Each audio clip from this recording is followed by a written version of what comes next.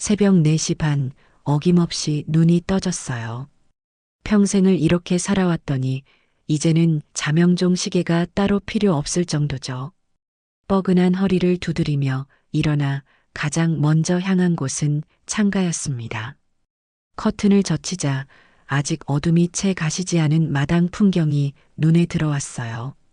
제가 손수 가꾸는 작은 텃밭의 상추와 토마토가 새벽 이슬을 머금고 반짝이는 모습은 언제 봐도 마음을 편안하게 해주는 것 같아요. 젊었을 적 남편과 함께 벽돌 한 장 한 장을 직접 고르며 지은 이 2층짜리 단독주택은 제게 단순한 집 이상의 의미를 가집니다. 제 인생의 모든 순간이 고스란히 담겨 있는 소중한 보금자리이자 제 자부심 그 자체라고 할 수 있죠. 찬물에 세수를 하고 정신을 차린 뒤 곧장 부엌으로 향했습니다. 오늘의 아침 메뉴는 정성껏 끓인 북엇국과 갓 지은 쌀밥, 그리고 몇 가지 밑반찬이에요. 아들 인태가 어릴 적부터 유독 좋아하던 음식이거든요.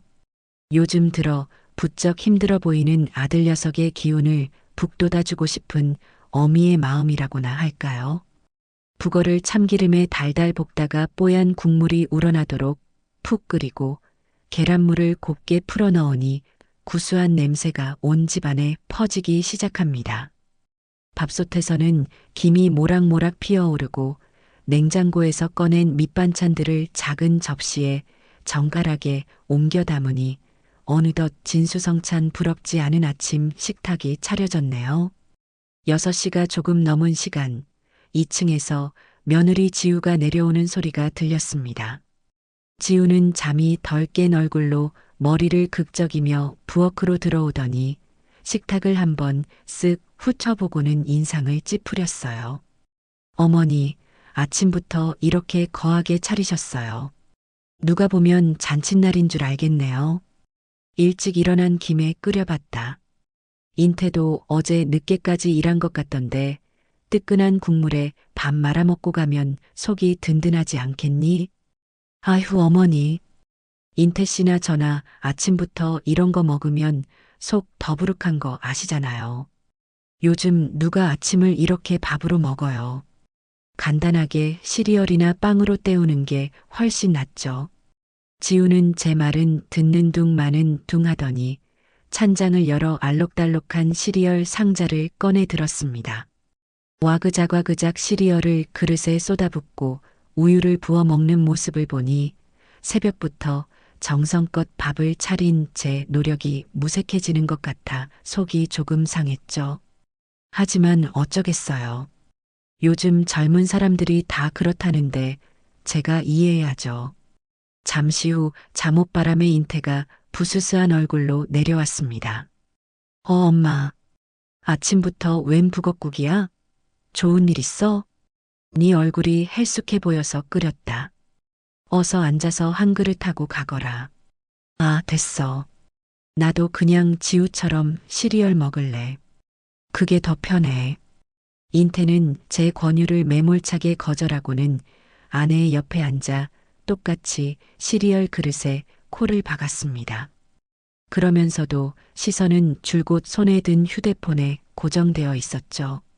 아내와 눈을 맞추는 법도 저와 대화를 나누는 법도 없었어요. 그저 기계적으로 시리얼을 입에 떠넣으며 화면 속 세상에만 빠져 있는 아들의 모습을 보니 우리가 정말 한 집에 사는 가족이 맞나 하는 씁쓸한 생각이 들었습니다. 제가 차린 따뜻한 밥과 국은 식탁 한편에서 외롭게 식어가고 있었어요.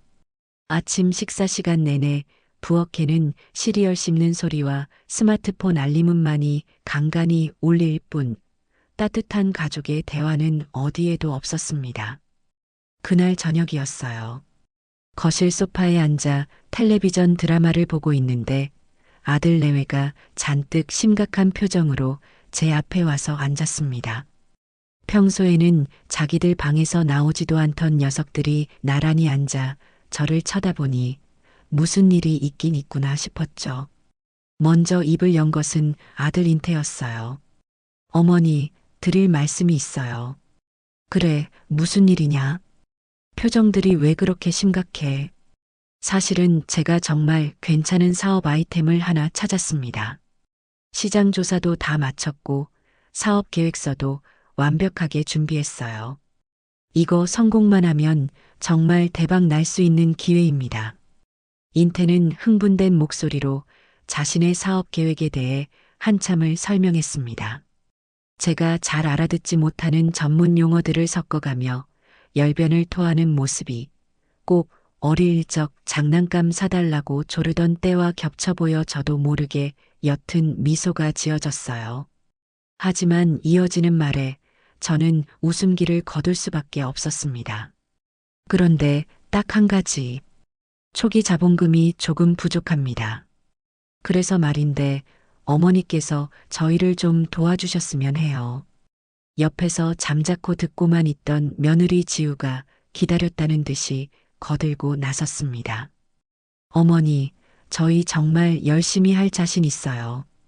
딱 1년만 쓰고 이자까지 쳐서 꼭 갚을게요. 아시잖아요. 어차피 어머니 이 집도 나중에 다 저희 거 될 텐데요. 그냥 나중에 받을 유산 좀 미리 당겨 쓴다고 생각하시면 안 될까요? 며느리의 말은 제 귀에 무척이나 거슬렸어요. 아직 두 눈 시퍼렇게 뜨고 살아있는 사람 앞에서 유산 얘기를 저렇게 쉽게 꺼내는 것도 그렇고 제 재산을 마치 자기들 것인 양 당연하게 생각하는 태도가 괘씸하게 느껴졌죠. 하지만 아들의 간절한 눈빛을 보니 마음이 약해지는 건 어쩔 수 없었습니다. 평생 모은 돈을 사업자금으로 덜컥 내주는 것이 마음에 걸렸지만 자식이 저렇게까지 부탁하는데 매정하게 거절할 수도 없는 노릇이었어요. 금액이 얼마인데 그러니? 제 질문에 인태는 기다렸다는 듯이 구체적인 액수를 말했습니다. 제가 평생 아끼고 모아온 예금의 상당 부분을 차지하는 결코 적지 않은 금액이었어요. 저는 잠시 고민에 빠졌습니다. 이 돈이 없으면 제 노후가 불안해질 수도 있다는 생각이 들었거든요. 어머니, 저희 못 믿으세요? 저희가 설마 어머니 돈 떼어먹기라도 하겠어요. 인태 씨가 어머니 하나뿐인 아들이잖아요. 지우는 제 망설임을 눈치챘는지 재빠르게 아들을 방패 삼아 저를 압박했습니다. 저는 깊은 한숨을 내쉬며 결심을 굳혔어요. 그래, 내 아들이 성공하겠다는데 어미가 되어서 그 정도도 못 해주랴. 다만 이번만큼은 확실하게 해두어야겠다는 생각이 들었습니다. 좋다. 돈은 빌려주마. 대신 조건이 있다. 조건이요? 어떤 조건인데요? 그냥은 못 빌려준다. 내일 당장 나랑 같이 변호사 사무실에 가자. 가서 정식으로 차용증을 작성하고 공증까지 받아야겠다. 그리고 1년 뒤 오늘 날짜에 반드시 갚겠다는 약속도 서류에 명시할 거야. 그렇게 할 수 있겠니? 제 단호한 말에 아들 내외는 잠시 당황한 기색을 보였습니다. 특히 며느리의 얼굴에는 가족끼리 뭘 그렇게까지 하나 하는 불만이 역력했죠. 하지만 돈이 급했던 탓인지 두 사람은 이내 마지못해 고개를 끄덕였습니다. 알겠습니다, 어머니. 그렇게 하시죠. 저희는 떳떳하니까요. 다음 날 저는 아들 내외를 데리고 평소 알고 지내던 변호사 사무실을 찾아갔습니다. 변호사는 제가 미리 설명해 둔 내용을 바탕으로 차용증을 작성했고 아들 내외는 조금 귀찮아하는 표정으로 서류에 이름과 주소를 적고 도장을 찍었어요. 기한 내 미상환 시 법적 조치에 동의함. 이라는 문구를 저는 몇 번이고 되새겨 읽었습니다. 서류 절차를 모두 마치고 은행에 들러 아들의 계좌로 약속한 금액을 송금해 주자 아들 내외는 그제야 활짝 웃으며 제게 고맙다고 연신 인사를 했습니다. 저는 그 모습을 보며 부디 이 결정이 후회 없는 선택이기를, 아들의 사업이 정말로 성공하기를 마음속으로 간절히 빌고 또 빌었어요. 그렇게 아들 내외에게 큰 돈을 빌려주고 정확히 1년이라는 시간이 흘렀습니다. 강산이 변하기에도 부족하지 않은 시간이었죠. 제 일상은 크게 달라지지 않았어요.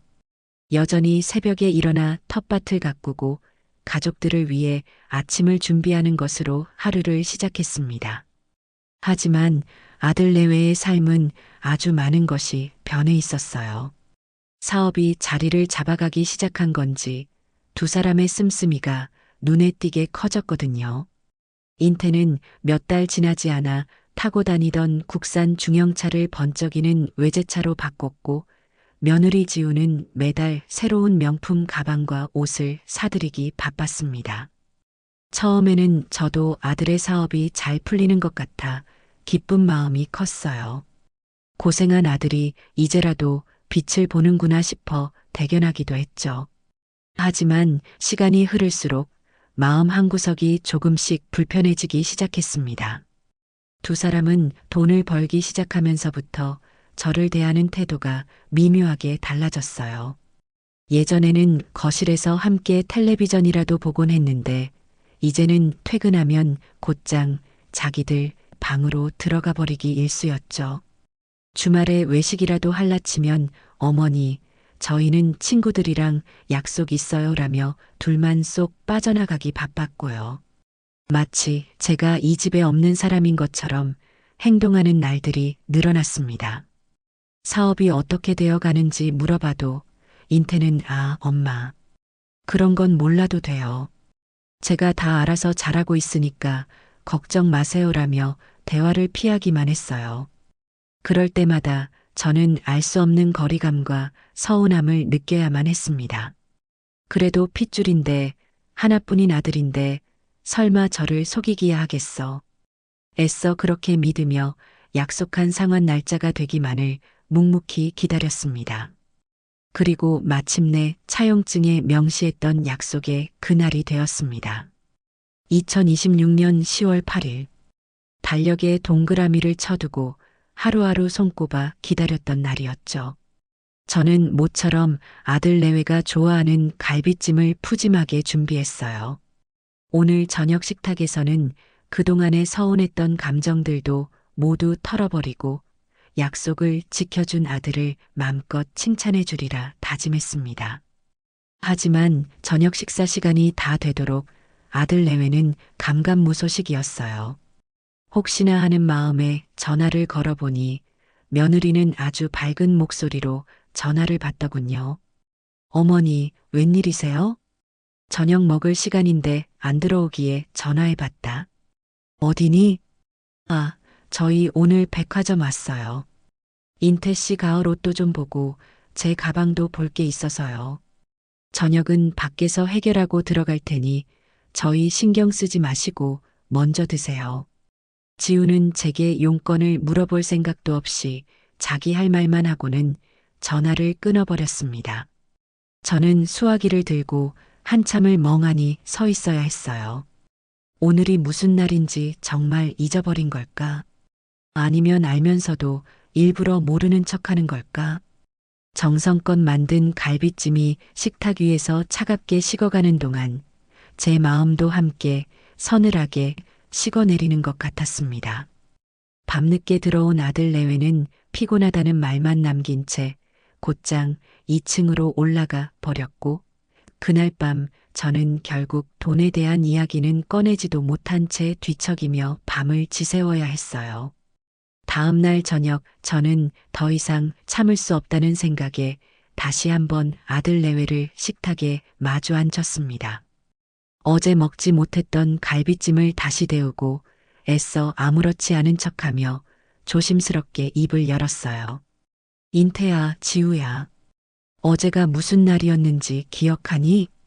제 질문에 인태는 밥을 뒤적거리며 시선을 피했고 며느리 지우는 미간을 살짝 찌푸리며 되물었습니다.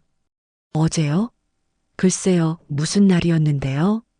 1년 전에 너희 사업자금 빌려가면서 돈 갚기로 약속한 날이었잖니. 차용증에도 분명히 명시해놨는데 벌써 잊은 건 아니겠지. 제 말에 식탁의 분위기는 순식간에 싸늘하게 얼어붙었습니다. 인태는 기다렸다는 듯이 들고 있던 숟가락을 탁 소리나게 내려놓으며 소리를 높였어요. 아, 어머니. 제가 지금 한창 사업 확장 때문에 재투자해야 할 시기라고 말씀드렸잖아요. 그런데 그걸 지금 달라고 하시면 어떡해요? 사업 흐름이라는 게 있는데 너무하시네요. 아들의 뻔뻔한 태도에 기가 막혔지만 저는 애써 침착함을 유지하며 차분하게 말했습니다. 사업 흐름도 중요하지만 약속은 약속 아니냐. 너희가 먼저 1년 뒤에 꼭 갚겠다고 나랑 약속을 했잖니. 나도 그 돈이 필요한 일이 생길 수 있는 거고. 필요한 일이요? 어머니가 돈 쓰실 일이 뭐가 있으세요? 저희가 매달 생활비도 넉넉하게 드리고 있잖아요. 이번에는 며느리가 날카롭게 말을 잘랐습니다.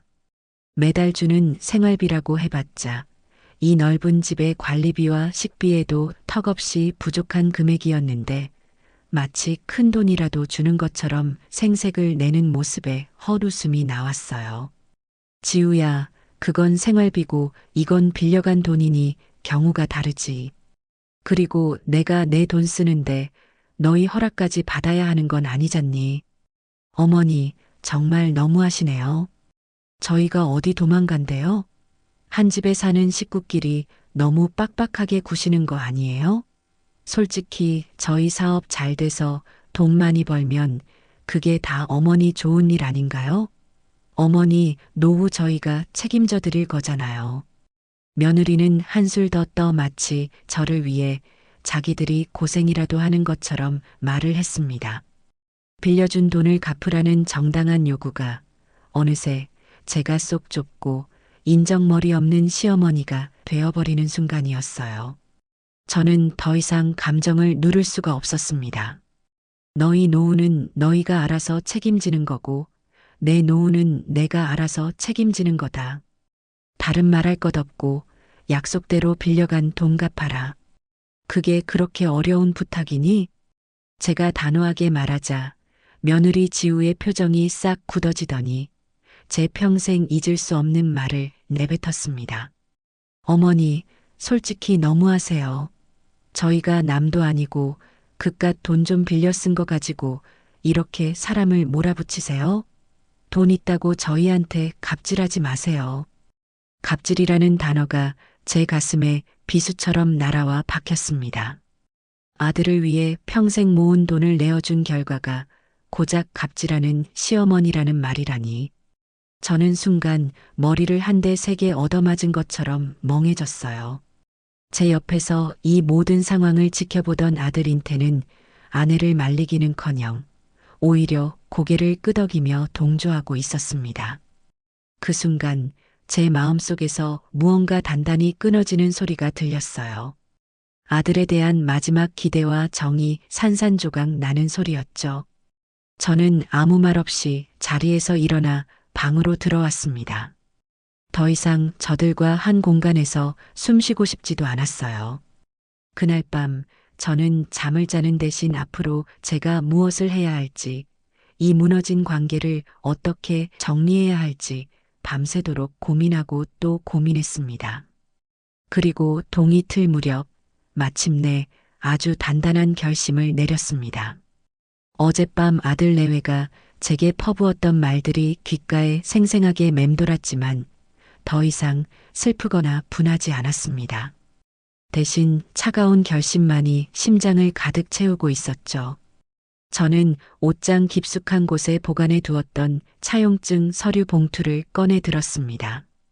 그리고 아침 식사를 준비하는 대신 곧바로 외출 준비를 시작했어요. 어디 가냐고 묻는 아들 내외의 질문에는 아무런 대답도 하지 않았습니다. 제가 가장 먼저 찾아간 곳은 1년 전 아들 내외와 함께 방문했던 변호사 사무실이었습니다.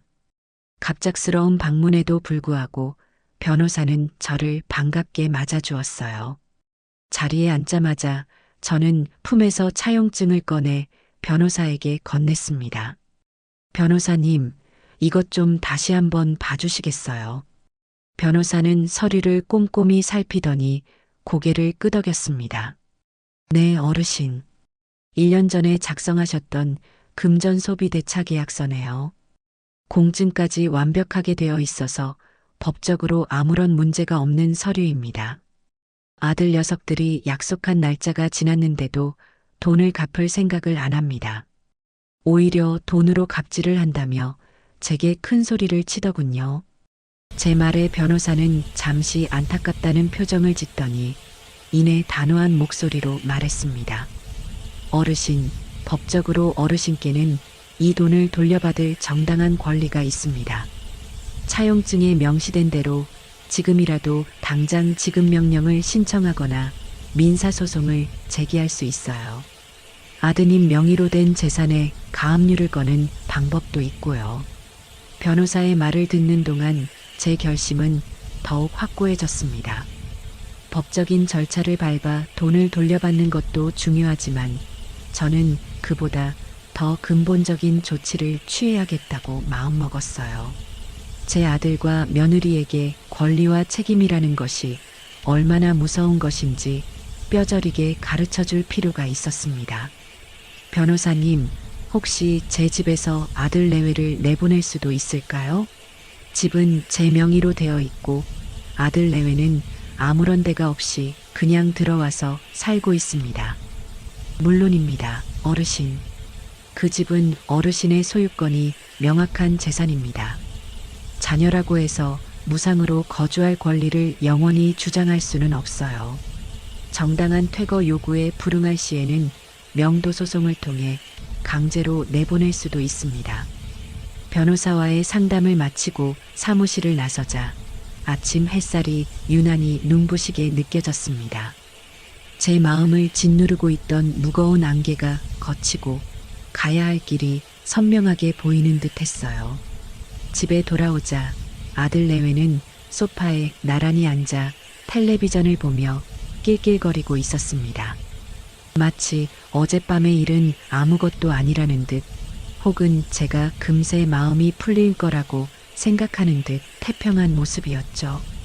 저는 그 둘의 앞에 서서 차분하지만 단호한 목소리로 통보했습니다. 너희 둘 내 말 잘 듣거라.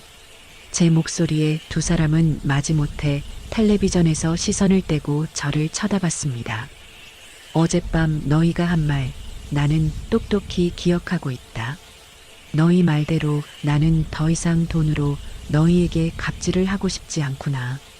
그러니 빌려간 돈을 갚을 생각이 없다면 내가 무상으로 제공하고 있는 이 집에서 살 자격도 없는 것 같다. 네. 어머니, 그게 지금 무슨 말씀이세요? 며느리 지우가 황당하다는 표정으로 되물었어요. 말 그대로다. 한 달의 시간을 줄 테니 그 안에 이 집에서 이사 나갈 준비를 하거라. 만약 돈을 갚는다면 없던 일로 하겠지만 그렇지 않다면 너희는 이 집에서 나가야 한다. 제 폭탄 선언에 아들 내외는 잠시 말을 잃고 서로의 얼굴만 쳐다보더니 이내 코웃음을 치며 웃기 시작했습니다. 어머니, 지금 농담하시는 거죠? 저희를 내쫓겠다니요. 말이 되는 소리를 하세요. 농담이 아니다. 나는 지금 아주 진지하게 말하는 거다. 이건 단순한 부탁이 아니라 이 집의 소유주로서 너희에게 하는 정식 통보다. 와, 정말 너무하시네. 아들이 사업 좀 힘들다고 하소연했더니 이제는 집까지 뺏으시겠다? 어머니 정말 이렇게까지 인정머리 없는 분이셨어요? 인태는 적반하장으로 제게 소리를 질렀고 지우는 팔짱을 끼고 비웃으며 말했습니다. 됐어, 여보. 어머니 지금 화나셔서 저러시는 거야. 며칠 지나면 또 언제 그랬냐는 듯이 밥 차려주실걸. 우리 그냥 못 들은 걸로 하자. 두 사람은 제 말을 심각하게 받아들이기는커녕 나이든 노인의 치기 어린 화풀이 정도로 여기는 것 같았습니다. 저는 더 이상 그들과 말을 섞을 필요가 없다는 것을 깨닫고 그대로 몸을 돌려 현관을 나섰습니다. 제게는 이제 말싸움을 할 시간이 없었어요. 곧바로 행동으로 보여줄 차례였죠. 제가 향한 곳은 동네에서 가장 크고 신뢰도가 높기로 소문난 부동산 사무소였습니다. 유리문을 열고 안으로 들어서자 깔끔한 정장 차림의 젊은 여성이 자리에서 일어나 저를 맞이했어요. 명패에는 공인중개사 박선영이라고 적혀 있었습니다. 어서 오세요, 어르신. 무슨 일로 오셨어요? 집 구하시는 거예요? 아니요, 집을 내놓으려고요. 저는 박선영 소장의 맞은편 의자에 앉아 단호하게 말했습니다. 제가 살고 있는 2층짜리 단독주택인데 2층 전체를 세놓고 싶습니다. 박 소장은 조금 놀란 눈치였지만 이내 침착하게 물었습니다. 2층에요? 그럼 지금은 누가 살고 있나요? 아들 내외가 살고 있습니다. 제 대답에 박 소장의 얼굴에 잠시 당혹스러운 기색이 스쳤지만 그녀는 프로답게 내색하지 않고 제 이야기를 더 들어주었습니다. 저는 자초지종을 길게 설명하지 않았어요. 그저 개인적인 사정으로 아들 내외가 한 달 안에 이사를 나가게 되어서 새로운 세입자를 구하려고 합니다. 라고만 말했죠. 그리고 제가 원하는 보증금 액수를 정확하게 전달했습니다. 보증금은 아들 내외에게 빌려준 돈과 똑같은 금액으로 받을 겁니다. 그 돈을 받아야만 제 숨통이 트일 것 같거든요. 제 단호한 태도와 목소리에 담긴 무게를 느낀 것인지 박선영 소장은 더 이상 제 개인적인 사정을 묻지 않았습니다. 대신 제 편에 서서 일을 확실하게 처리해 주겠다는 믿음직한 눈빛으로 저를 바라보며 말했어요. 알겠습니다, 어르신. 사정이 어떠하시든 저는 어르신의 의뢰를 받은 공인중개사로서 최선을 다해 도와드리겠습니다. 어르신께서 원하시는 조건에 맞는 좋은 세입자, 제가 책임지고 찾아드리죠. 젊고 똑 부러지는 박 소장의 말을 듣고 있으니 답답했던 속이 조금은 후련해지는 기분이었습니다. 저 혼자였다면 막막하고 외로웠을 이 싸움에 든든한 지원군을 얻은 것 같았어요. 저는 그 자리에서 바로 박 소장과 부동산 중개 계약을 맺고 사무실을 나섰습니다. 이제 주사위는 던져졌고 더 이상 되돌릴 수 없는 길이 시작된 것이었죠. 박선영 소장과 계약을 맺은 다음 날부터 저희 집은 낯선 사람들의 방문으로 분주해지기 시작했습니다. 박 소장은 정말 유능한 사람이었어요. 제가 의뢰한 지 하루 만에 인터넷과 부동산 네트워크에 매물을 올렸고 그걸 보고 연락한 예비 세입자들이 쉴 새 없이 집을 보러 찾아왔죠. 저는 1층에 머물며 조용히 손님들을 맞이했지만 2층에 사는 아들 내외는 이런 상황이 무척이나 마음에 들지 않는 모양이었습니다. 첫 번째 손님이 집을 보러 온 날이었어요. 박 소장이 조심스럽게 현관문을 열고 젊은 부부를 안내해 들어왔습니다. 여기가 1층 거실이고요. 주방이랑 안방이 있습니다. 저희가 볼 곳은 2층인데 잠시 양해를 구하고 올라가 보겠습니다. 박 소장이 계단 쪽으로 손님을 이끌자 때마침 2층에서 내려오던 며느리 지우와 마주쳤습니다. 지우는 일부러 잠옷바람에 머리는 산발을 한 채로 손님들을 위아래로 훑어보며 비아냥거리듯 말했어요. 어머, 누구세요? 남의 집에 함부로 들어오시면 어떡해요? 아, 사모님. 여기 부동산입니다. 2층 보러 손님이 오셔서요. 미리 말씀 못 드려 죄송합니다. 박 소장이 정중하게 사과했지만 지우는 들은 척도 하지 않고 손님들을 향해 쏘아붙였습니다. 이 집 보러 오셨다고요? 아이고, 헛걸음하셨네. 이 집, 겉만 멀쩡하지 속은 엉망이에요. 비만 오면 천장에서 물이 뚝뚝 떨어지고 겨울에는 우풍이 얼마나 심한지 보일러를 아무리 틀어도 냉골이라니까요. 갑작스러운 며느리의 방해에 젊은 부부는 당황한 기색이 역력했고 박 소장의 얼굴도 딱딱하게 굳어졌습니다. 결국 그 손님들은 집을 제대로 구경도 하지 못하고 서둘러 돌아가야만 했어요. 그 후로도 아들 내외의 회방은 계속되었습니다.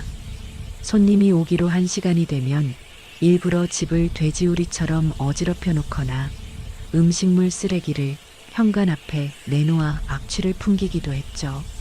심지어 아들 인태는 이 집 주인 할머니가 엄청 깐깐해서 조금만 시끄러워도 쫓아낸대요. 아이 있는 집은 절대 못 살걸요? 라며 있지도 않은 사실을 지어내기도 했습니다. 몇 번이나 손님을 그냥 돌려보내야 했던 박 소장은 결국 저를 찾아와 조심스럽게 말했어요. 어르신, 이렇게 계속 방해하시면 집을 보여주기가 힘듭니다. 계약도 성사되기 어렵고요. 미안해요, 박 소장. 내 아들 녀석들이 저렇게까지 철이 없을 줄은 몰랐네요. 아닙니다, 어르신. 사과하실 일이 아니죠. 이런 경우는 종종 있습니다. 제가 알아서 잘 대처해 볼게요. 어르신께서는 너무 마음 쓰지 마세요. 박 소장은 저를 안심시킨 뒤 다음 손님을 데려왔을 때부터는 다른 전략을 사용하기 시작했습니다. 집을 보여주기 전에 미리 예비 세입자들에게 상황을 솔직하게 설명하는 것이었죠. 지금 보실 집은 어르신께서 자녀분들과 조금 다툼이 있으셔서 그래요. 그래서 아마 집을 보시는 동안 아드님이나 며느님이 조금 비협조적으로 나올 수도 있습니다. 하지만 그분들 말씀은 신경 쓰지 않으셔도 됩니다. 집 자체는 제가 여러 번 확인했는데 누수나 단열 문제 전혀 없고 아주 튼튼하게 잘 지어진 집입니다. 혹시라도 걱정되시면 계약서에 입주 후 발생하는 모든 하자는 임대인이 책임지고 즉시 수리한다는 특약 사항을 명시해 드리겠습니다. 제가 책임지고 보증하는 집이니 믿으셔도 좋습니다. 박 소장의 똑 부러지고 신뢰감 있는 설명 덕분이었을까요? 그 후부터는 아들 내외가 옆에서 아무리 회방을 놓아도 손님들은 크게 동요하지 않고 집을 꼼꼼하게 살펴보기 시작했습니다. 어떤 손님은 오히려 저를 안쓰럽게 쳐다보며 어르신께서 마음고생이 심하시겠어요 라며 위로를 건네기도 했죠. 하지만 아들 내외의 방해 공작이 계속되자 저는 이대로는 안 되겠다는 생각이 들었습니다. 박 소장의 조언을 받아 저는 법적인 절차를 통해 제 의사를 보다 명확하게 전달하기로 결심했어요. 며칠 후 우체국을 통해 내용 증명 우편을 아들 내외 앞으로 발송했습니다. 그 서류에는 변호사의 자문을 받아 작성한 내용이 담겨 있었죠. 귀하는 2025년 10월 8일 임대인 이영순으로부터 빌려간 금전의 상환을 이행하지 않았으며 현재 거주 중인 주택에 대한 정당한 거주 권한이 없음을 알립니다. 이에 본 내용 증명을 통해 2026년 11월 30일까지 해당 주택에서 퇴거할 것을 정식으로 요구하는 바이며 만일 기한 내에 이행하지 않을 시 명도소송을 포함한 모든 법적 조치를 취할 것임을 고지합니다. 그날 오후 우체국 집배원 아저씨가 저희 집 초인종을 눌렀습니다. 2층에 있던 며느리가 귀찮다는 듯이 내려와 문을 열었고 집배원은 본인 확인을 한 뒤 서류를 건네며 수령 확인 서명을 요구했어요. 김인태 씨나 서지우 씨 계신가요? 법원 등기인데 본인이 직접 수령하셔야 합니다. 법원이라는 말에 지우의 얼굴이 하얗게 질렸습니다. 떨리는 손으로 서류를 받아든 며느리는 봉투에 적힌 발신인 이영순과 내용 증명이라는 글자를 보고는 그대로 얼어붙어 버렸어요. 그제야 제가 단순히 화가 나서 하는 말이 아니라 정말로 법적인 절차를 밟고 있다는 사실을 깨달은 것이죠. 그날 저녁 퇴근하고 돌아온 아들 인태 역시 책상 위에 놓인 내용 증명 서류를 보고는 사색이 되었습니다. 두 사람은 더 이상 이전처럼 콧방귀를 뀌거나 저를 비웃지 못했어요.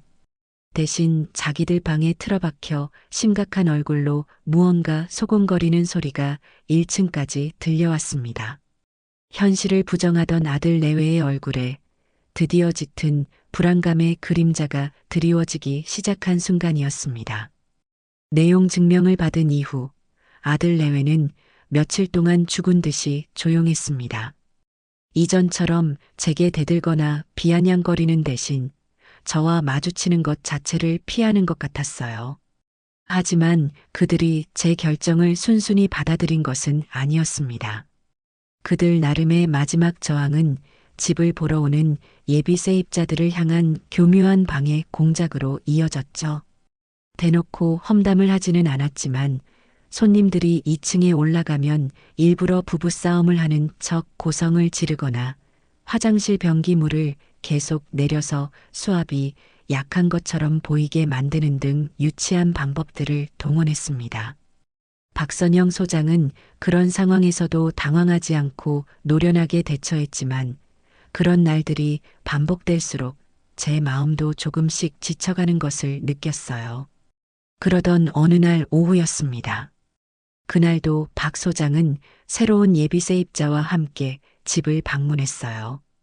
이번에는 어린아이의 손을 잡고 온 젊은 부부였습니다. 남편은 선한 인상에 예의가 발랐고 아내는 단아하고 따뜻한 미소를 지닌 사람이었어요.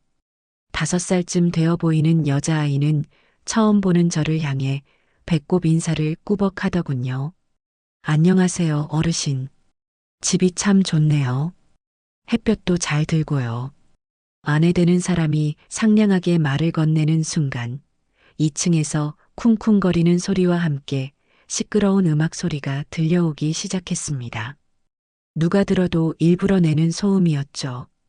젊은 부부의 얼굴에 잠시 난감한 기색이 스쳤지만 남편은 이내 아이의 눈높이에 맞춰 몸을 낮추고는 속삭였습니다. 유라야, 위층에 형아가 사나보다. 신나는 음악을 듣고 있네. 우리는 조용히 집 구경하고 가자. 아이 아빠의 지혜로운 말 한마디에 험악해질 뻔했던 분위기가 부드럽게 풀렸습니다. 박 소장도 안심한 듯 미소를 지으며 부부를 2층으로 안내했어요. 아니나 다를까 2층에 올라서자 며느리 지우가 거실 소파에 누워 과자를 먹으며 텔레비전을 보고 있었습니다. 집안은 일부러 치우지 않은 듯 어수선했고 식탁 위에는 먹고 난 그릇들이 그대로 쌓여 있었죠. 지우는 손님들이 들어오든 말든 아는 척도 하지 않고 텔레비전 채널만 돌리고 있었어요. 젊은 부부는 그 어수선한 풍경에도 아랑곳하지 않고 집 구조를 꼼꼼하게 살폈습니다. 남편은 창문을 열어 채광을 확인하고 아내는 아이가 지낼 방을 유심히 살펴보더군요. 여보, 이 방은 햇볕이 잘 들어서 우리 유라 방으로 쓰면 정말 좋겠다. 그렇지? 그러게. 베란다도 넓어서 빨래 널기도 좋고 유라 자전거 놓을 공간도 충분하겠어. 두 사람은 제 아들 내외가 만들어 놓은 불쾌한 상황 속에서도 자신들이 이곳에서 만들어갈 행복한 미래를 그리고 있는 것 같았어요. 집을 다 둘러보고 내려온 부부는 제 앞에 서서 정중하게 말했습니다. 어르신, 저희는 이 집이 정말 마음에 듭니다.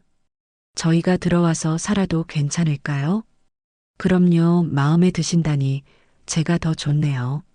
사실 저희가 아이가 있다 보니 층간소음 때문에 아파트에서 쫓겨나다시피 이사를 나왔거든요.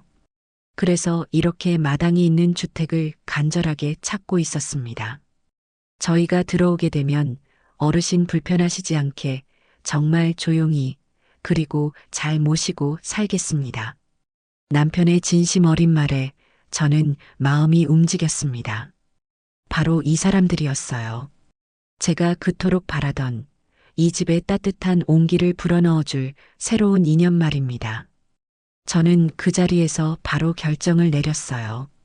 박 소장, 저는 이분들과 계약하고 싶네요. 제 말에 박 소장도 젊은 부부도 얼굴이 환해졌습니다. 그날 오후 저희는 곧장 부동산 사무소로 가서 임대차 계약서를 작성했습니다. 젊은 부부의 이름은 남편이 오지훈, 아내가 한유라라고 했어요.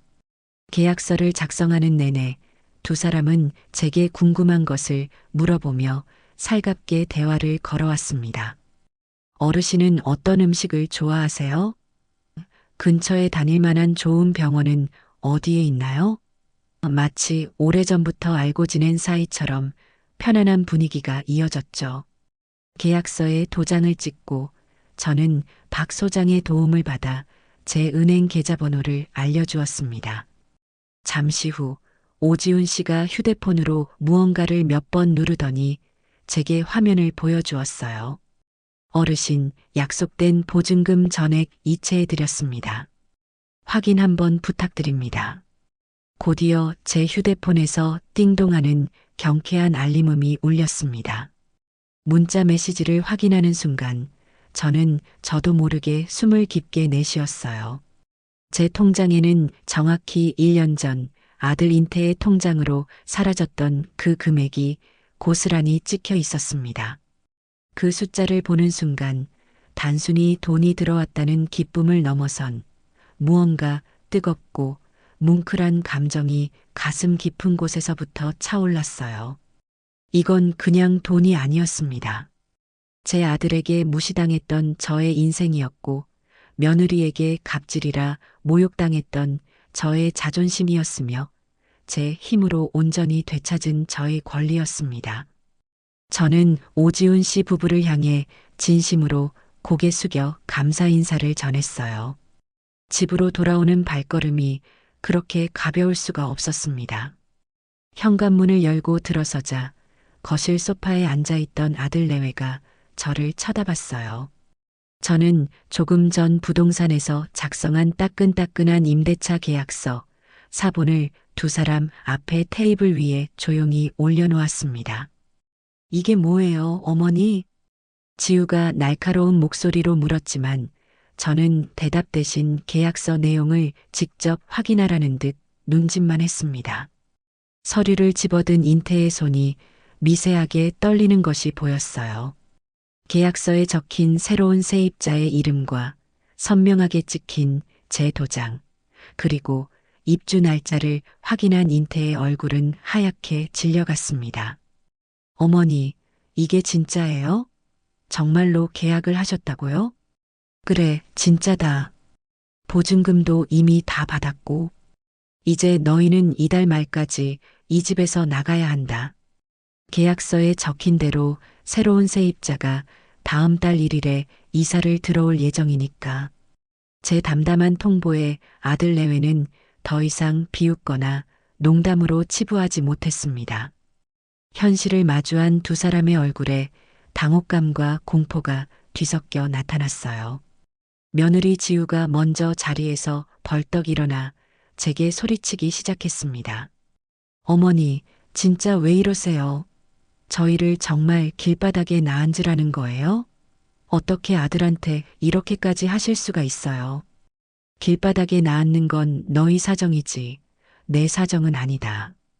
내가 너희에게 충분한 시간을 주지 않았니? 돈을 갚든 집을 나가든 선택하라고 했을 텐데. 아니, 그래도 그렇지. 어떻게 저희랑 상의 한마디 없이 이런 결정을 하세요? 이 집 어차피 저한테 물려주실 거면서 왜 남을 들여요? 당장 가서 계약 취소하세요. 아들 인태는 이제 거의 울먹이며 제게 매달렸습니다. 하지만 제 마음은 이미 단단하게 굳어버린 뒤였어요. 인태야, 이 집은 아직 내 집이다. 그리고 내가 내 재산을 어떻게 처분할지는 온전히 내 결정에 달린 문제야. 너는 더 이상 이 문제에 대해 왈가왈부할 자격이 없다. 상해, 너희야말로 내 돈 빌려가서 탕진할 때 나랑 상해 한마디라도 했었니? 갚기로 한 약속을 어길 때 내게 미리 양해라도 구했었느냐 말이다. 제 차가운 일침에 두 사람은 아무런 대답도 하지 못했습니다. 그들의 마지막 발악은 그렇게 허무하게 끝이 났어요. 더 이상 저를 설득하거나 협박할 수 없다는 것을 깨달은 두 사람은 망연자실한 표정으로 소파에 주저앉았습니다. 그날 이후 저희 집에는 무겁고 서먹한 침묵만이 감돌았습니다. 약속한 이사 날이 밝았습니다. 그날 아침 하늘은 유난히 맑고 푸르렀어요. 저는 평소처럼 새벽에 일어나 마당을 쓸고 텃밭에 물을 주었습니다. 하지만 아침 식사는 준비하지 않았어요. 더 이상 제가 차려주는 밥을 먹을 사람도 먹을 자격이 있는 사람도 없다고 생각했기 때문이죠. 오전 9시가 되자 집 앞에 커다란 이삿짐 센터 트럭이 도착했습니다. 건장한 작업복 차림의 직원 서너 명이 집 안으로 들어와 분주하게 움직이기 시작했어요. 저는 거실 창가에 조용히 서서 그 모든 광경을 지켜보았습니다. 아들 내외는 밤새 잠을 설쳤는지 퀭한 눈으로 짐 싸는 것을 감독하고 있었습니다. 두 사람 사이에는 아무런 대화도 오가지 않았어요. 그저 이삿짐 센터 직원들이 가구를 옮기고 상자를 나르는 모습을 망연하게 바라볼 뿐이었죠.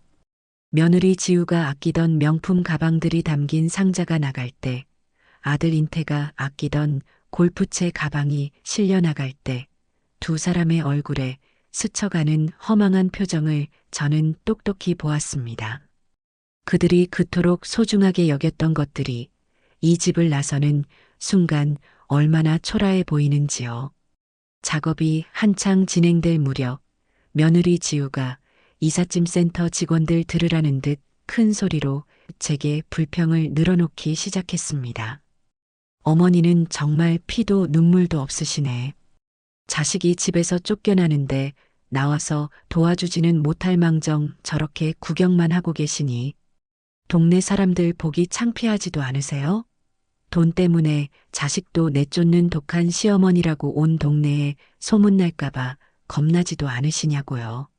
하지만 지우의 의도와는 달리 이삿짐 센터 직원들은 묵묵히 자기 할 일만 할 뿐 아무도 그녀의 말에 관심을 주지 않았습니다. 오히려 흘깃 저를 쳐다보는 그들의 눈빛에는 동정심마저 서려 있는 것 같았어요. 저는 아무런 대꾸도 하지 않았습니다. 이제 와서 저런 말에 상처받거나 흔들릴 제가 아니었거든요. 점심시간이 지나고 2층에 있던 모든 짐이 트럭에 실리자 그동안 북적거리던 집 안이 휑하게 비어버렸습니다. 텅 빈 공간에 작업자들의 발소리가 유난히 크게 울렸어요. 모든 작업이 끝나고 아들 내외가 마지막으로 제 앞에 섰습니다. 인태는 차마 제 얼굴을 쳐다보지 못하고 고개를 푹 숙이고 있었고 지우는 여전히 분이 풀리지 않는다는 듯 저를 날카롭게 쏘아보고 있었죠. 어머니, 저희 정말 갑니다. 나중에 후회하셔도 소용없어요. 그래, 잘 가거라. 가서 고생 좀 해봐야 세상 무서운 줄 알겠지. 제 담담한 인사에 며느리는 입술을 깨물며 돌아섰고 아들은 끝까지 아무 말 없이 아내의 뒤를 따라 나섰습니다. 현관문이 닫히고 이삿짐 트럭이 골목을 빠져나가는 소리가 멀어지자 집 안에는 완벽한 정적만이 남았습니다. 저는 한참 동안 그 자리에 서서 텅 빈 2층으로 올라가는 계단을 바라보았어요. 시원섭섭하다는 말이 이럴 때 쓰는 걸까? 마음 한구석이 아예 시리지 않다면 거짓말이겠지만 그보다는 더 큰 해방감과 안도감이 밀려왔습니다. 아들 내외가 떠나고 1시간쯤 지났을까요? 집 앞 골목이 다시 한번 소란스러워졌습니다. 이번에는 조금 더 작은 이삿짐 트럭이 멈춰섰고 그 뒤로 오지훈 씨 부부와 귀여운 딸 유라가 내리는 모습이 보였어요. 새로운 세입자가 이사를 들어오는 것이었죠. 어르신, 저희 왔어요. 아내 유라 씨가 밝은 목소리로 저를 부르며 현관으로 들어섰습니다. 그녀의 손에는 김이 모락모락 나는 따뜻한 시루떡이 들려 있었어요. 이사하는 날에는 떡을 나눠 먹어야 정이 쌓인다고 하더라고요. 어르신 먼저 맛보시라고 가지고 왔어요. 아이고, 뭘 이런 걸 다. 어서 들어와요. 짐은 천천히 옮기고요. 오지훈 씨네 가족의 이사는 제 아들 내외의 이사와는 모든 것이 달랐습니다. 그들의 이사에는 희망과 설렘, 그리고 웃음이 가득했어요. 지훈 씨는 땀을 뻘뻘 흘리면서도 연신 싱글벙글이었고, 유라 씨는 새로운 부엌을 보며 앞으로 만들 맛있는 요리들을 상상하는 듯 행복한 표정이었습니다. 딸 유라는 낯선 환경이 신기한지 집안 구석구석을 뛰어다니며 아빠, 여기는 내 방이야? 엄마, 저기 창문 좀 봐. 라며 제잘거렸어요. 시끄럽고 삭막했던 2층 공간에 오랜만에 아이의 청아한 웃음소리가 울려 퍼졌습니다. 그날 저녁 짐 정리를 어느 정도 마친 유라 씨가 저를 2층으로 불렀습니다. 어르신, 저희 아직 짐 정리가 다 안 돼서 변변한 반찬은 없지만 같이 저녁 식사해요. 오늘 저희의 첫 저녁 식사에 어르신을 꼭 초대하고 싶었어요. 저는 기쁜 마음으로 그 초대에 응했습니다. 2층 식탁에는 새로 이사온 집에서 먹는 첫 끼니라고는 믿기지 않을 만큼 정성스럽게 차려진 저녁상이 준비되어 있었어요. 지훈 씨는 제게 연신 고기를 권했고 유라 씨는 제 밥그릇이 빌 틈 없이 반찬을 놓아주었습니다. 딸 유라는 작은 손으로 상추쌈을 싸서 할머니, 아하세요. 라며 제 입에 넣어주기도 했죠. 그 순간 저는 정말 오랜만에 가족과 함께하는 식사의 따뜻함을 느낄 수 있었습니다. 아들 내외와 함께 살 때는 단 한 번도 느껴보지 못했던 소박하지만 진정한 행복이었어요. 그날 이후 제 삶에는 뜻밖의 평화가 찾아왔습니다. 오지훈 씨 부부는 저를 정말 친어머니처럼, 아니 그 이상으로 살뜰하게 챙겨주었어요. 유라 씨는 시장에 갈 때마다 제게 필요한 것은 없는지 먼저 물어봐 주었고, 종종 자기가 만든 특별한 반찬이라며 제 부엌에 슬그머니 내려놓고 가곤 했습니다. 지훈 씨는 퇴근길에 마당 전구가 나간 것을 보고는 말없이 새 것으로 갈아 끼워 주었고, 주말에는 2층에서 들려오는 톱질 소리에 나가보면 제 텃밭 옆에 놓을 작은 평상을 뚝딱뚝딱 만들고 있기도 했죠. 무엇보다 저를 가장 행복하게 해준 것은 5살 배기 유라였습니다. 유라는 유치원에 다녀오면 가장 먼저 1층으로 달려와 제 품에 안기곤 했어요. 할머니, 오늘 유치원에서 그림 그렸는데 이거 할머니 선물이에요. 라며 꼬깃꼬깃한 그림을 내미는 아이를 보고 있으면 세상 모든 시름이 다 잊히는 것 같았죠.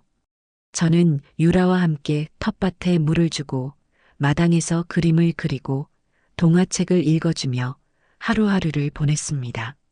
제 집은 더 이상 텅 빈 둥지가 아니었어요.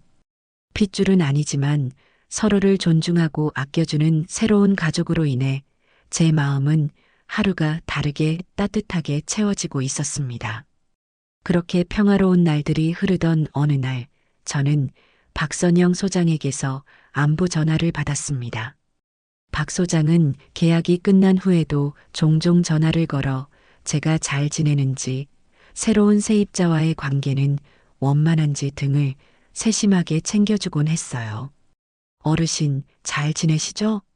오지훈 시내랑은 별 문제 없으시고요? 그럼요. 박 소장 덕분에 제가 요즘 아주 호강하며 지냅니다. 저렇게 착하고 좋은 사람들을 만나게 해줘서 정말 고마워요. 한참 동안 기분 좋은 대화를 나누던 중 박 소장이 조금 망설이는 목소리로 조심스럽게 입을 열었습니다. 저기, 어르신 혹시 아드님 소식은 듣고 계신가요? 아니요. 그 녀석들이 집 나간 뒤로 전화 한 통, 문자 한 통 없었어요. 아마 저볼 면목이 없으니 연락을 못하는 거겠지요. 그게 제가 오늘 다른 부동산 사장님들 모임에 나갔다가 우연히 아드님 소식을 좀 듣게 돼서요. 안 좋은 소식이라 전해드려야 하나 망설였는데 그래도 어르신께서 알고는 계셔야 할 것 같아서요. 박 소장이 전해준 소식은 제 예상에서 크게 벗어나지 않았습니다. 아들 인태가 호언장담했던 그 대박 사업은 결국 시작한 지 몇 달 만에 완전히 실패로 끝났다고 해요. 시장 조사를 제대로 하지 않은 채 유행만 쫓아 무리하게 시작한 사업은 애초에 성공 가능성이 희박했다는 것이었죠. 결국 아들은 제게 빌려간 돈은 물론 추가로 은행과 제2금융권에서 대출받은 돈까지 모두 날리고 빈털터리가 되었다고 합니다. 지금은 빚독촉에 시달리며 며느리와 함께 보증금도 거의 없는 아주 작고 허름한 월세방으로 이사를 갔다는 소식이었어요. 박 소장의 말을 듣는 제 마음은 복잡 미묘했습니다. 쌤통이다 하는 마음이 아주 없었다면 거짓말이겠죠. 하지만 그보다는 그럴 줄 알았다는 씁쓸함과 안타까움이 더 컸습니다. 제 말을 무시하고 자기들 욕심만 채우려던 결과가 결국 저런 것이구나 싶었죠. 며칠 뒤 저는 장을 보기 위해 동네 시장을 찾았습니다. 한참 채소를 고르고 있는데 시장 입구 쪽에서 익숙한 실루엣이 눈에 들어왔어요. 값싼 오토바이를 타고 배달통을 맨 채 어느 식당 앞에서 음식을 받아들고 있는 젊은 남자. 제 아들 인태였습니다. 번쩍이는 외제차를 타고 다니던 모습은 온데간데 없고 헬멧 아래로 보이는 아들의 얼굴은 햇볕에 그을리고 피로에 절어 무척이나 지쳐 보였어요. 인태는 주변을 둘러볼 여유도 없이 음식을 받아들고는 서둘러 오토바이 시동을 걸고 어디론가 사라졌습니다. 그 짧은 순간 저는 저도 모르게 채소 좌판 뒤로 몸을 숨겼습니다. 아들의 초라한 모습을 마주할 용기가 없었던 것인지도 모르겠어요. 그날 저녁 저는 식사를 하는 내내 목이 메어 밥을 제대로 넘길 수가 없었습니다. 시간은 속절없이 흘러 어느덧 쌀쌀한 바람이 부는 늦가을이 되었습니다. 그날 밤은 유독 비가 많이 내렸어요. 창문을 때리는 빗소리를 들으며 잠을 청하려던 순간 제 휴대폰이 요란하게 울리기 시작했습니다. 화면에는 하나뿐인 아들이라고 저장된 인태의 이름이 떠 있었어요. 집을 나간 이후 처음으로 걸려온 전화였습니다. 저는 잠시 망설이다가 조심스럽게 통화 버튼을 눌렀습니다. 여보세요. 엄마. 수화기 너머로 들려오는 아들의 목소리는 술에 잔뜩 취해 있었습니다. 그리고 그 목소리에는 깊은 절망과 원망이 뒤섞여 있었죠.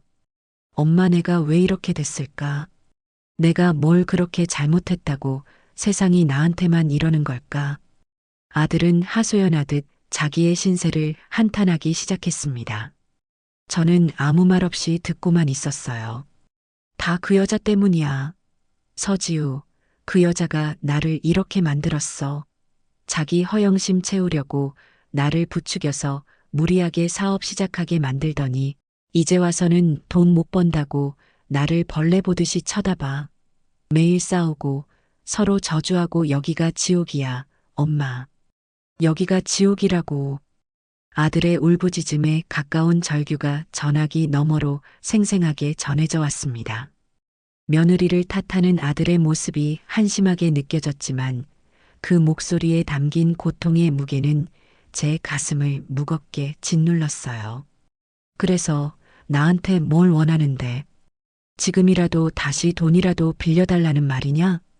제 차가운 물음에 아들은 한참 동안 아무 말이 없었습니다. 수화기 너머로 거친 숨소리와 함께 흐느끼는 소리만이 희미하게 들려왔어요. 잠시 후 아들은 거의 기어들어가는 목소리로 중얼거렸습니다. 아니야, 엄마. 그냥 엄마가 끓여주던 북엇국이 먹고 싶어서, 따뜻한 집밥이 너무 그리워서 전화했어. 미안해, 엄마. 내가 다 잘못했어. 그 말을 끝으로 전화는 끊어졌습니다. 저는 끊어진 전화를 붙잡고 한동안 움직일 수가 없었어요. 창밖에서는 여전히 차가운 가을비가 세차게 내리고 있었습니다. 제 볼 위로 뜨거운 눈물이 흐르는 것을 저는 막을 수가 없었습니다.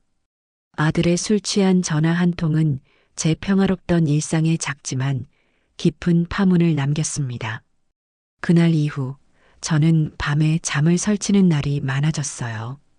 행여나 아들에게 무슨 일이 생긴 건 아닐까? 며느리와 싸우다 못할 짓이라도 한 건 아닐까? 애써 외면하려 해도 머릿속을 떠나지 않는 걱정은 어쩔 수가 없더군요. 녀석들이 밉고 괘씸한 마음은 여전했지만 지옥에서 살고 있다는 아들의 절규는 밤마다 제 심장을 서늘하게 짓눌렀습니다. 제 마음을 눈치채기라도 한 건지 2층의 유란에 가족은 제게 더 큰 활력소가 되어주려 애쓰는 것 같았어요. 특히 5살 배기 유라는 하루가 다르게 제게 더 큰 애정을 표현했습니다. 어느 날 오후 유치원에서 돌아온 유라가 제 방으로 달려와서는 제 등 뒤로 무언가를 황급히 숨겼습니다. 할머니, 눈 감아 보세요. 제가 선물 준비했어요. 아이고, 우리 강아지. 무슨 선물을 준비했을까? 제가 웃으며 눈을 감자 유라가 작은 손으로 제 손바닥 위에 무언가를 올려주었습니다. 손에 닿는 감촉은 꼬깃꼬깃한 도화지였어요. 눈을 떠보니 그곳에는 유라가 직접 그린 그림 한 장이 놓여 있었습니다. 아직 선 하나 제대로 긋기 힘든 아이가 온 힘을 다해 그린 그림이었죠. 커다랗게 웃고 있는 사람 얼굴 옆에 그것보다는 조금 작은 얼굴이 그려져 있고 그 옆에는 아주 작은 강아지 같은 형체가 함께 웃고 있었어요. 유라가 작은 손가락으로 그림을 짚어가며 설명을 시작했습니다. 이건 할머니, 이건 유라, 그리고 이건 할머니네 집 강아지예요. 저희 집에는 강아지가 없었지만 유라의 상상 속에서는 저와 함께 사는 모양이었어요. 그림 밑에는 선생님의 도움을 받아 쓴 듯한 삐뚤빼뚤한 글씨가 적혀 있었습니다. 우리 할머니 사랑해요. 세상에서 제일 좋아요. 저는 그 그림과 글씨를 보고 한참 동안 아무 말도 할 수가 없었습니다. 작은 아이가 건넨 서툰 진심이 그 어떤 값비싼 선물보다도 제 마음을 깊고 아프게 울렸기 때문이죠. 핏줄로 이어진 자식에게서는 들어보지 못했던 따뜻한 말을 이제 겨우 글씨를 깨친 아이에게서 듣게 될 줄은 몰랐습니다. 저는 유라를 품에 꼭 껴안았습니다. 제 품에 안긴 작은 아이의 온기가 아들 녀석이 핥히고 간 제 마음의 상처를 따뜻하게 어루만져 주는 것만 같았어요. 저는 그날 이후 진정한 가족이란 무엇일까에 대해 자주 생각하게 되었습니다. 혈연으로 맺어지는 것만이 가족이 아니라 서로에게 이렇듯 따뜻한 진심을 나눌 수 있는 관계야말로 진짜 가족이 아닐까 하는 그런 생각 말입니다. 시간이 흘러 첫눈이 내리던 어느 날 오후 박선영 소장이 찐빵 한 상자를 사들고 저희 집을 찾아왔습니다. 어르신, 첫눈도 오고 날도 추운데 따뜻하게 잘 지내시나 궁금해서 와봤어요. 이 근처에 볼 일이 있었거든요. 아이고, 박 소장. 그냥 오지 뭘 이런 걸 다 사왔어. 어서 들어와요. 밖이 많이 춥지?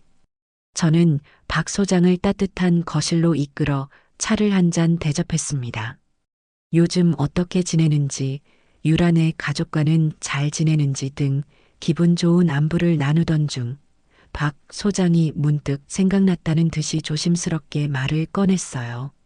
어르신, 제가 지난주에 이 근처 식당 사장님이랑 계약할 일이 있어서 만났는데요. 거기서 아드님 얘기를 들었어요. 인태 말이요? 그 녀석이 거기서 뭘 어쨌다고. 아드님이 그 식당 주방에서 설거지 일을 하신대요. 그런데 사장님이 칭찬을 입이 마르도록 하시더라고요. 처음에는 솔직히 좀 의심스러웠대요. 멀끔하게 생긴 젊은 사람이 험한 일을 하겠다고 찾아왔는데 며칠 하다 도망갈 줄 알았다는 거죠. 그런데 웬걸 누구보다 일찍 출근해서 제일 늦게까지 남아서 굳은 일을 도맡아 하더랍니다. 박 소장의 말에 저는 저도 모르게 귀를 기울였습니다. 처음에는 말수도 없고 표정도 어두워서 다들 좀 어려워했는데 요즘은 먼저 나서서 동료들도 챙기고 쉬는 시간에는 식당 구석에서 사업 관련 서적을 그렇게 열심히 읽는다고 해요. 사장님이 그러시는데 사람이 몇 달 사이에 완전히 달라졌다고 저렇게 성실한 청년은 정말 오랜만에 본다면서 나중에는 꼭 크게 될 사람 같다고 하시더라고요. 참, 며느님도 근처 마트에서 계산원으로 일하신대요. 두 분 다 정말 열심히 사시는 것 같았어요. 박 소장의 전언을 듣는 제 마음은 만감이 교차했습니다. 아들이 고생한다는 소식에 가슴 한편이 아려왔지만 동시에 아주 오랜만에 아들에 대한 희미한 대견함 같은 감정이 피어올랐어요. 밑바닥까지 떨어져 본 후에야 비로소 자기 발로 일어서는 법을 배우고 있는 것이겠지요. 저는 박 소장에게 고맙다고 인사를 전했습니다. 그 소식은 제게 작은 위안과 함께 아직은 희망을 놓아서는 안 된다는 용기를 주었으니까요. 그리고 어느덧 한 해가 저물어갈 무렵 남편의 기일이 다가왔습니다. 남편이 세상을 떠난 이후로 저는 단 한 해도 거르지 않고 기일 아침에는 제사상을 차렸어요. 아들 내외가 함께 살 때는 그래도 온 가족이 모여 고인을 기리는 의미 있는 날이었지만 올해는 저 혼자 조용히 치러야 할 것 같았습니다. 아들 내외가 찾아올 것이라는 기대는 하지 않았어요. 그럴 면목도 자격도 없다고 스스로 생각하고 있을 테니까요. 기일 전날 밤 저는 시장에 가서 제사상에 올릴 음식들을 장만해 왔습니다. 나물이며 쇠고기 산적이며 동태전과 각종 과일들을 한가득 사들고 오는데 저도 모르게 습관처럼 인태가 좋아하던 잡채 재료를 사고 있더군요. 어차피 오지도 않을 텐데 하면서도 혹시나 하는 마음을 떨쳐버릴 수가 없었습니다. 기일 당일 저는 이른 새벽부터 일어나 음식을 준비하기 시작했습니다. 지글지글 전 부치는 냄새가 온 집안에 퍼지고 짭짤하게 졸여지는 조기와 구수한 나물향이 뒤섞여 어릴 적 명절 아침을 떠올리게 했어요. 음식을 하며 문득문득 남편 생각이 났습니다. 그리고 남편과 꼭 닮았던 어린 시절의 인태 모습도 함께 떠올랐죠. 아빠 무릎에 앉아 밤을 까먹던 아이, 처음 자전거를 배우다 넘어져 울면서도 다시 일어나던 아이, 대학에 합격했다며 합격증을 들고 와 제 품에 안기던 늠름한 청년.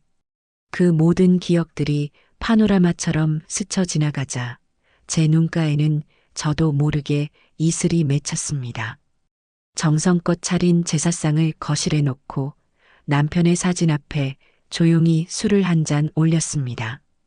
그리고 절을 하며 마음속으로 빌었어요. 여보, 하늘에서 잘 지내고 있지요? 부디 못난 우리 아들, 철없는 우리 인태가 정신 차리고 올바른 길을 갈 수 있도록 하늘에서라도 좀 지켜봐 주세요. 그렇게 한참을 앉아 있는데 저녁 시간이 다가올 무렵 현관에 초인종이 울렸습니다. 띵동. 저는 이 시간에 찾아올 사람이 없는데 누구일까 의아해하며 현관으로 향했습니다. 2층의 유란의 가족은 오늘 처가에 간다고 아침 일찍 집을 나섰거든요. 현관문을 열기 전 인터폰 화면을 확인한 저는 순간 숨을 멈췄습니다. 화면 속에는 잔뜩 주눅이 든 채 서로의 옆에 어색하게 서 있는 아들 내외의 모습이 보였습니다. 몇 달 사이에 두 사람은 눈에 띄게 수척해져 있었고 값비싼 옷 대신 낡고 저렴해 보이는 옷을 입고 있었어요. 며느리 지우의 손에는 작은 과일 바구니 하나가 들려 있었습니다. 저는 떨리는 손으로 아주 천천히 현관문 손잡이를 돌렸습니다. 왔구나. 문이 열리고 저와 눈이 마주치자 아들 내외는 마치 죄인처럼 고개를 푹 숙였습니다. 저는 애써 담담한 목소리로 두 사람을 맞이했어요. 거실 안으로 들어선 인태는 제사상이 차려져 있는 것을 보고는 그 자리에 우뚝 멈춰 섰습니다. 남편의 영정사진과 눈이 마주친 순간 아들의 어깨가 가늘게 떨리기 시작했어요. 그리고 다음 순간 인태는 제 앞에 서자마자 아무런 예고도 없이 그 자리에 털썩 무릎을 꿇었습니다. 어머니, 제가 왔습니다. 아들의 목소리는 물기에 잔뜩 젖어 있었습니다. 쿵 소리를 내며 이마가 바닥에 닿도록 엎드린 아들은 어린아이처럼 목 놓아 울기 시작했어요. 그동안 억눌러왔던 모든 감정이 한꺼번에 터져 나온 듯 아들의 등은 한참 동안 격렬하게 들썩였습니다. 어머니, 제가 다 잘못했습니다. 제가 정말 죽일 놈입니다. 어머니 돈을 당연하게 생각했고 어머니의 마음을 헤아리지 못했습니다. 아버지 얼굴 뵐 면목도 없습니다. 정말 죄송합니다. 정말 죄송합니다. 어머니. 아들은 똑같은 말을 몇 번이고 반복하며 울고 또 울었습니다. 저는 차마 그런 아들의 모습을 끝까지 지켜볼 수가 없어 조용히 고개를 돌렸어요. 제 마음속에서 단단하게 얼어붙어 있던 무언가가 아들의 뜨거운 눈물에 조금씩 녹아내리는 것을 느꼈습니다. 옆에 서서 안절부절 못하던 며느리 지우도 결국 남편의 옆에 조용히 무릎을 꿇고 앉아 고개를 숙였습니다. 지우는 울음소리조차 내지 못하고 그저 어깨를 잘게 떨며 눈물만 뚝뚝 흘리고 있었어요. 한참의 시간이 흐르고 아들의 울음소리가 조금 잦아들었을 무렵 며느리가 아주 작은 목소리로 입을 열었습니다. 어머니, 제가 다 망쳤습니다. 제 허영심 때문에, 제 못된 마음 때문에 인태 씨를 부추겨서 어머니께 못할 짓을 했습니다. 지우는 고개를 들지 못한 채 바닥을 향해 자신의 잘못을 고백하기 시작했습니다. 어머니께 막말을 했던 것도, 어머니 마음을 아프게 해드렸던 것도 다 제 잘못입니다. 솔직히 처음에는 어머니가 원망스러웠어요. 저희를 내쫓으신 어머니가 밉고 저희 대신 들어온 세입자들이 부러웠습니다.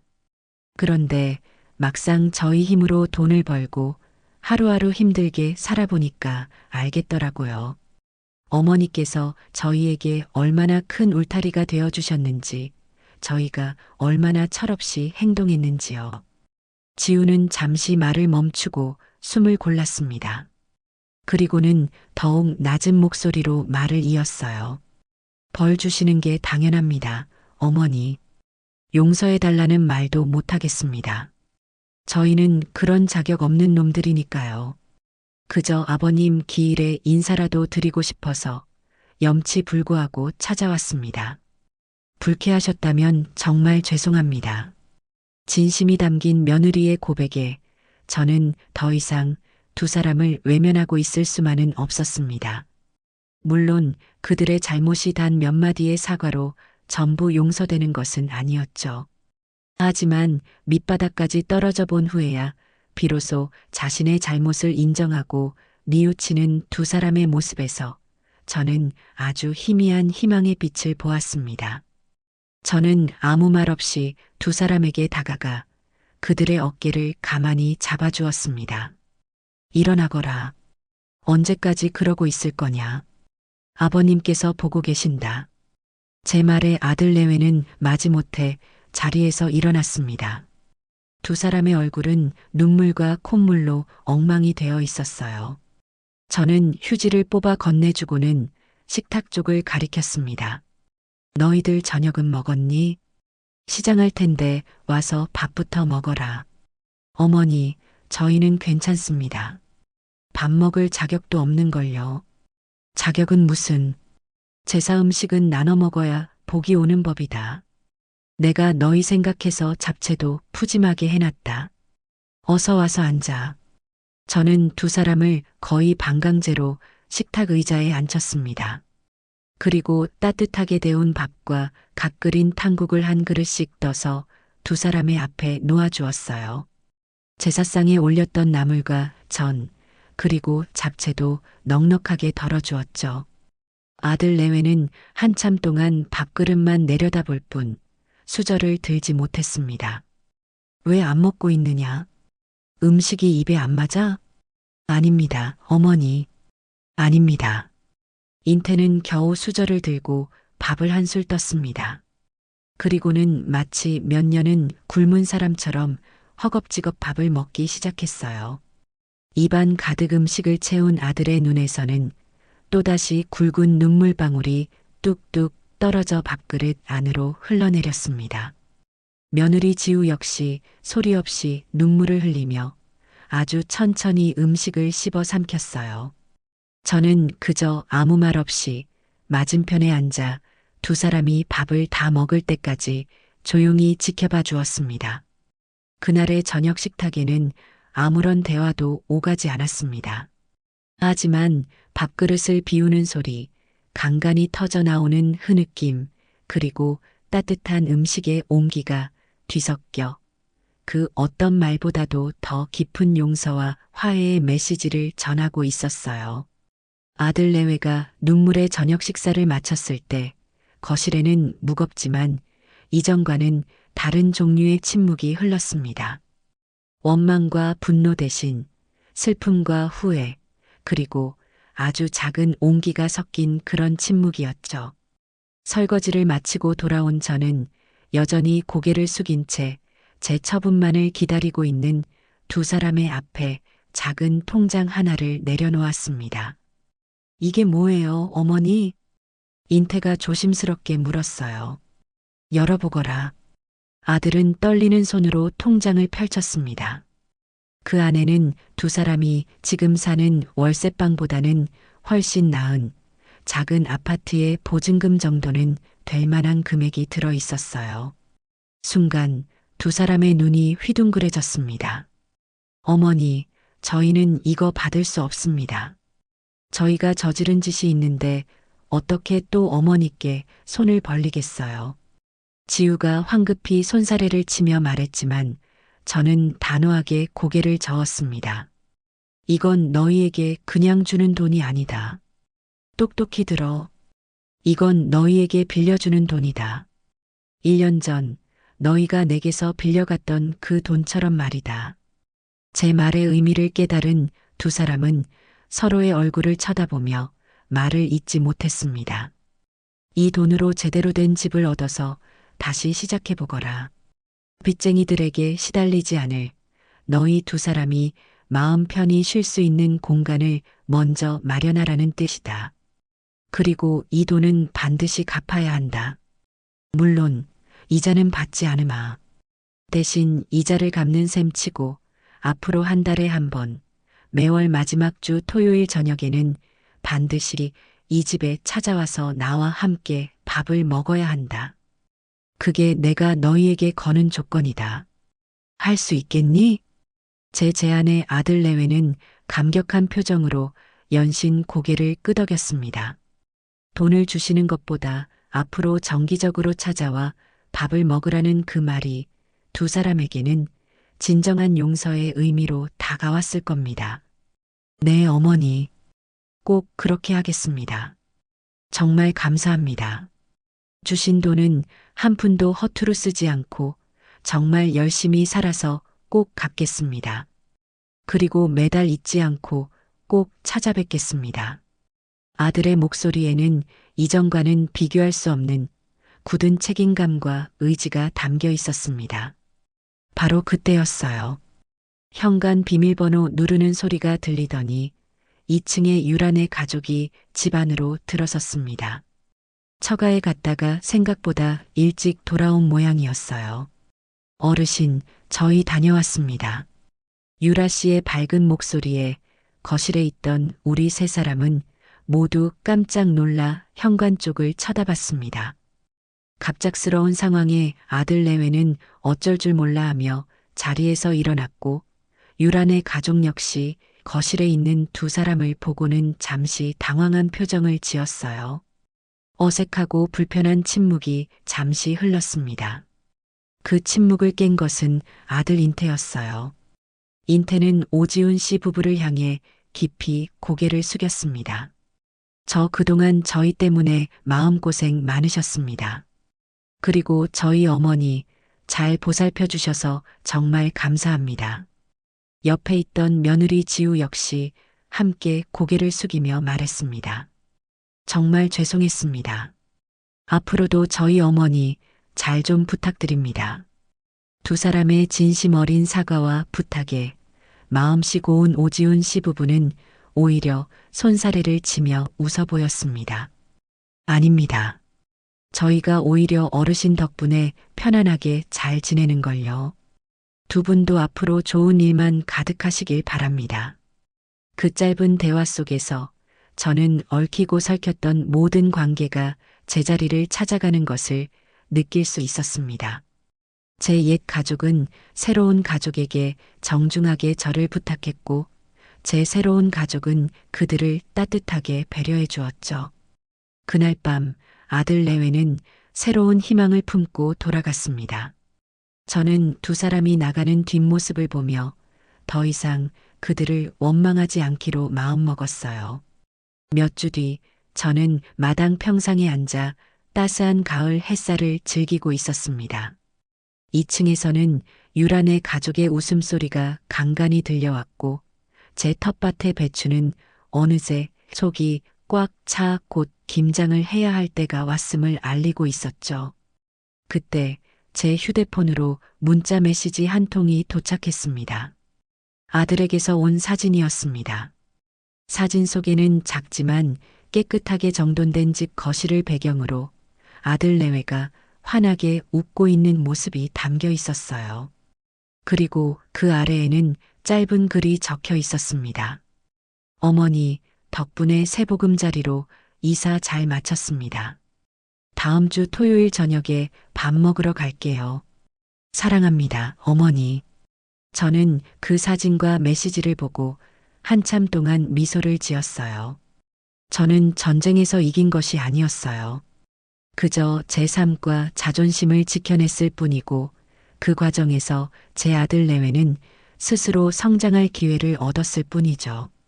저는 이제야 진정한 가족의 의미를 어렴풋이 알 것 같았습니다.